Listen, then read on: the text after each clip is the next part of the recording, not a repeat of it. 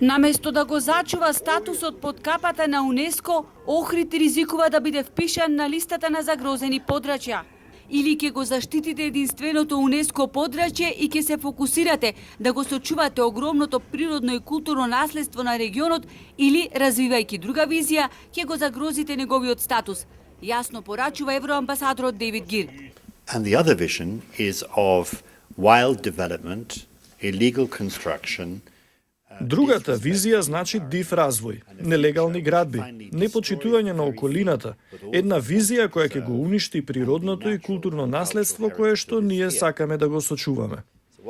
Централната, локалната власт, невладиниот сектор, посебно бизнис заедницата мора да работат заедно ако сакаме за доброто на човештвото и целиот свет, да го сочуваме и соодветно да го развиваме овој регион.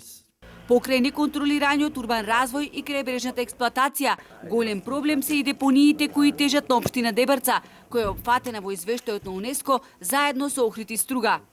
Еден од тие проблеми е овој проблемот со комуналниот отпад, кој што и нас не тангира, проблемот со обезбедување на канализациони системи уште за неколку населени места кои што гравитираат до Охридското езеро.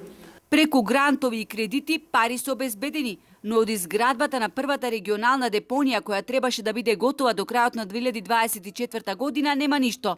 Под силниот притисок на јавноста, наместо во Дебрца, како што првично беше предвидено, таа треба да се гради во Новаци. Таму треба да се одлага сметот од пелагонискиот југозападниот дел на Македонија. Додека не се изгради, не може да се отстрани депонијата Буково, која представува еколошка бомба и една од главните препораки на УНЕСКО, а требаше да биде затворена до крајот на 2020 година.